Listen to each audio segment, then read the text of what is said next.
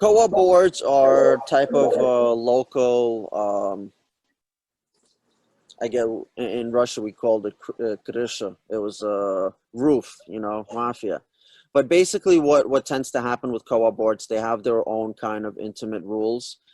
They may not be listed in the purchase applications, and you may hear a conversation of a board president or member that's giving you a heads up.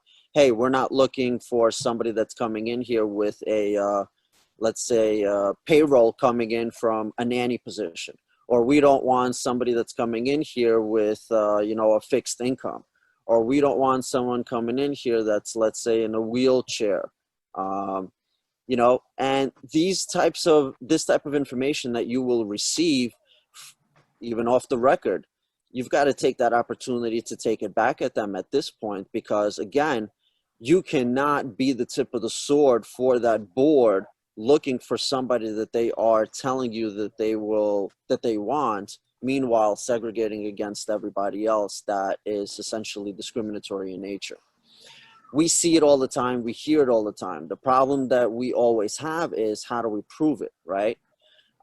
One thing that is becoming a lot easier right now is disability.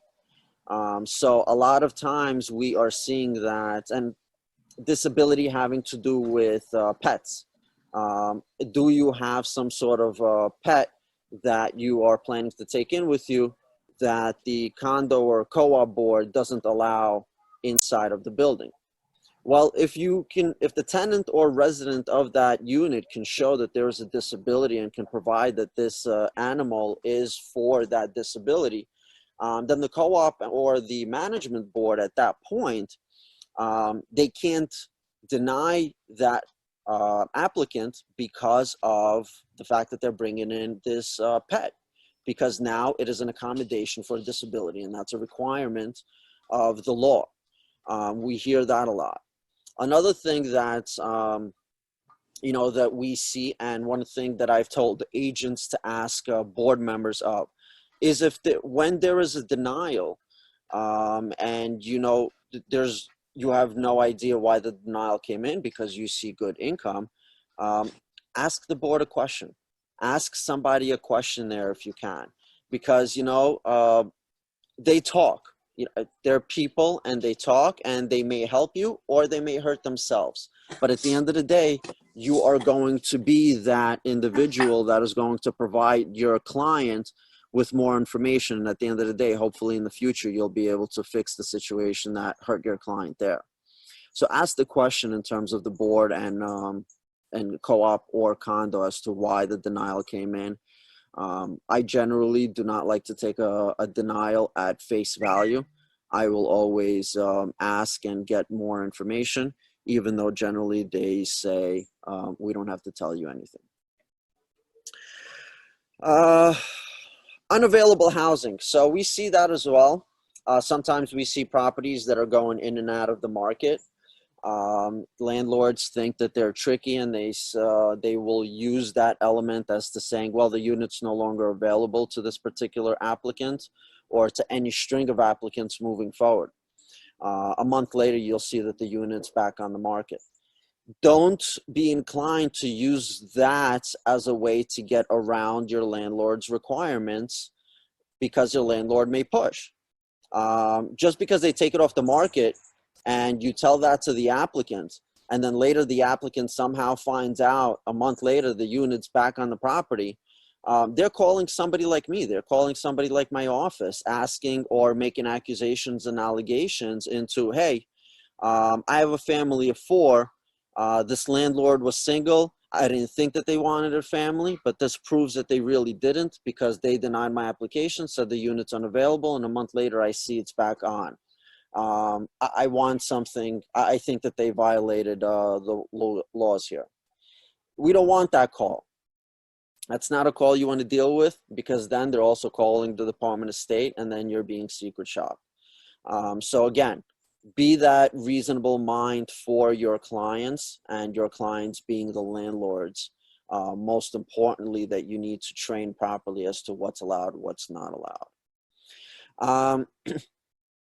Don't set different rates for different people. that's going to be a problem. So if you start setting your rental rate with your landlord for $3,000, and then somebody calls in and you set their rental rate at $3,500, that's a question. That's questionable.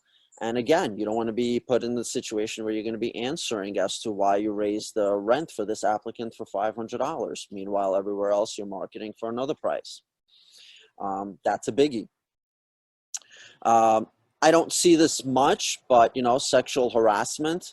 If you have a situation where you have a client that you're having a relationship with, don't do it. Don't represent them on a client, or don't have a relationship with them, whether it's a landlord or a tenant. That's just a big no-no, because at the end of the day, it goes back to coercion. It can always go back to coercion.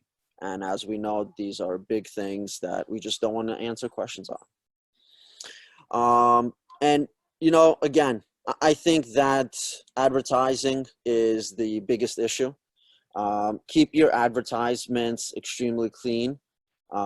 Do not point to any particular class.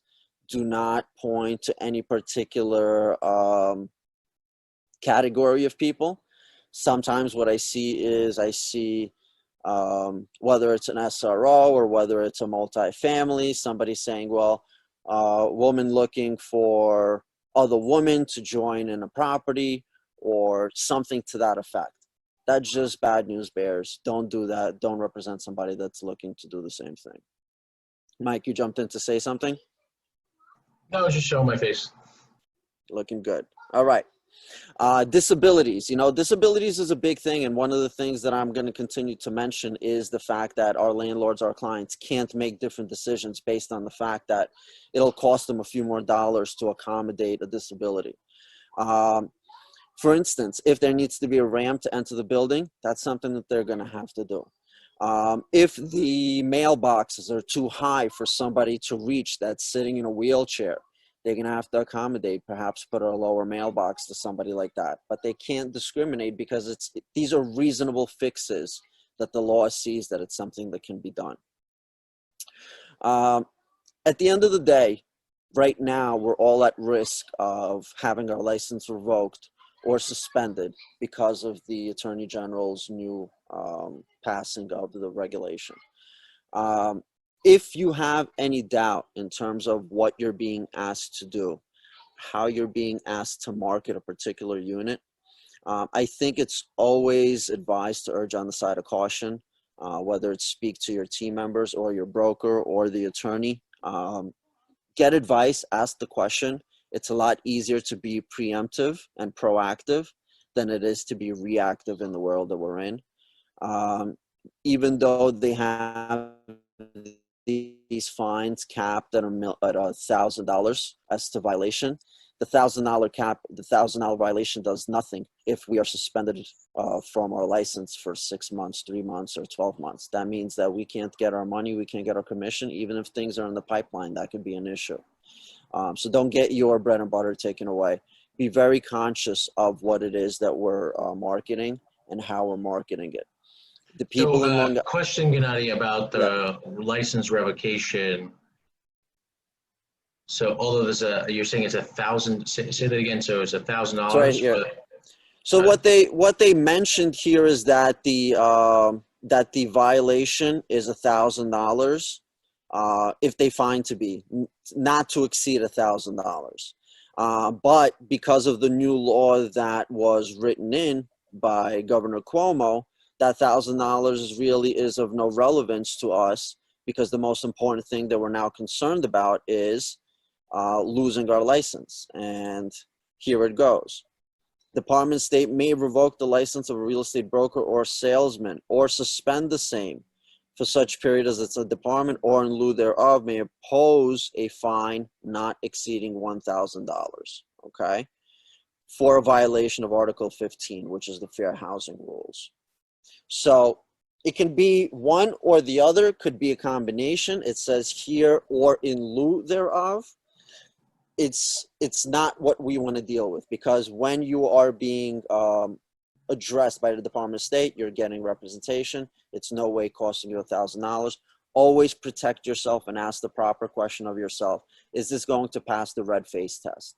And the red face test in my world means that if you are standing in front of an administrative judge or on a panel and you're asked as to this line that you wrote, or this text message that was sent, or this statement that was recorded, who was it directed to, and what was your intention behind it? If you can't give a straight answer without turning red as to the legality of it and it's correct, that fails the red face test, and you shouldn't be doing it from the get-go.